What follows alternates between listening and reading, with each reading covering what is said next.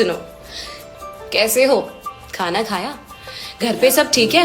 तो जब भी हमारे किसी भी सेंटेंस में सब्जेक्ट के बाद में ही आएगा, वहां पर हम लोग लगाएंगे it is for objective case to V1 और ऑब्जेक्ट। सब्जेक्ट के बाद में ही आएगा, मुझे ही पानी पीना है। It is for me to drink water. कोई डाउट? समझ में आ गया? तुम्हें ही क्रिकेट खेलना है, तो it is for you to play cricket.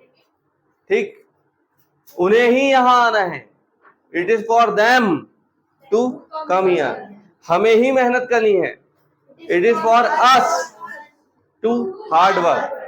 कोई डाउट? पक्का? तो जब भी हमारे किसी भी सेंटेंस में सब्जेक्ट के बाद में ही आएगा, वहां पर हम लोग लगाएंगे it is for objective case to V1 और ऑब्जेक्ट। सब्जेक्ट के बाद में ही आएगा, मुझे ही पानी पीना है। It is for me to drink water. कोई डाउट? समझ में आ गया? भूलेंगे क्या? पक्का? Thank you very much. अरे अभी तो पार्टी शुरू हुई है। कि मैं आपको स्लिप नहीं होने दूंगा अगर आपने इसको ध्यान से समझ लिया तो। अभी पढ़ रहे हैं बिगेन टू। सब्जेक्ट लगाना है, बिगेन टू लगाना है, वर्ब का फर्स्ट फॉर्म लगाना है और ऑब्जेक्ट लगाना है। जब हमारे किसी भी हिंदी सेंटेंस के लास्ट में ना, ने, नी आकर लगा, लगी और लगे आए। ठीक, मैं खाना बनाने लगा, मैं यानी आई, यहां पर बिगेन टू, बनाना यानी कुक और भोजन यानी food. I began to cook food. Chetan cricket खेलने लगा, Chetan began to play cricket. Anshika chart बनाने लगी, Anshika began to make chart.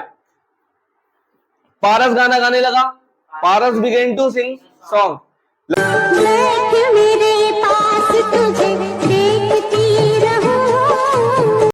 देखो, अधिकतर आप यदि बस में गए हो और ट्रैक्टर में, आपने ये गाना सुना होगा, ठीक है ना? तो अब ये सेंटेंस बनाते कैसे वो मैं आपको बता रहा हूं।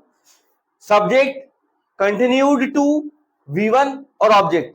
जब हमारे किसी भी हिंदी सेंटेंस के लास्ट में तातेती आकर रहा, रहे, रही आए।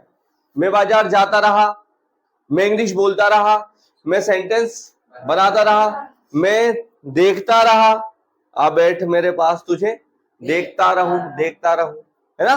तो मैं इंग्लिश बोलता रहा, I continued to speak English. मैं चाय बनाता रहा, I continued to make tea. मैं तुझे देखता रहा, I continued to see you. तो इस प्रकार के जो भी सेंटेंसेस रहेंगे वो इस प्रकार से बनेंगे।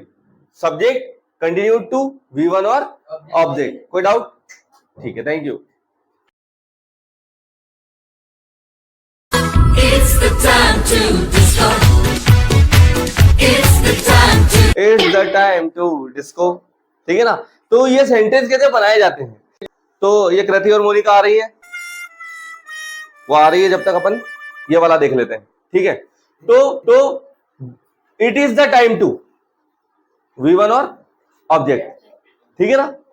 तो सबसे पहले आपको डालना है it is the time to verb का फर्स्ट फॉर्म और ऑब्जेक्ट। ठीक है, इसका मतलब होता है अब समय आ गया है, अब समय आ गया है, आ गया है।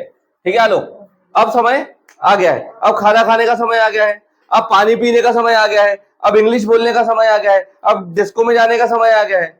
It's the time to disco.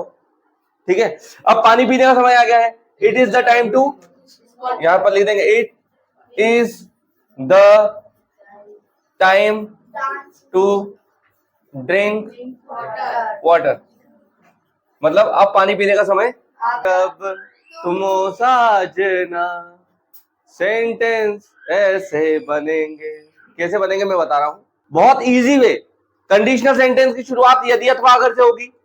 If लगाना है सबसे पहले।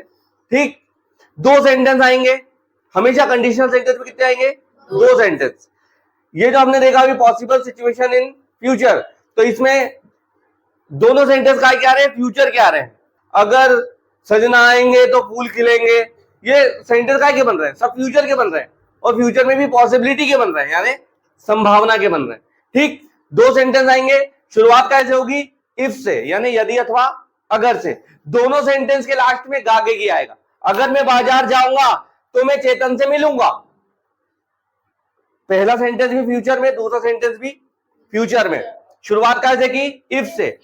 क्योंकि दोनों सेंटेंस फ्यूचर में है, बट पहला सेंटेंस बनाएंगे प्रेजेंट सिंपल में और दूसरा सेंटेंस बनाएंगे फ्यूचर सिंपल में। अगर मैं बाजार जाऊंगा तो मैं चेतन से मिलूंगा। If I go to market I will meet with Chetan. ठीक, आई विल टीच। अगर हरमन मुझे कॉल करेगा तो मैं उससे बात करूंगा। If Harman calls me I will talk to Harman. समझ में आया? कोई डाउट? तो इस प्रकार के बहुत सारे इजी सेंटेंस है जो हम लोग आराम से बना सकते हैं। अब कोई डाउट?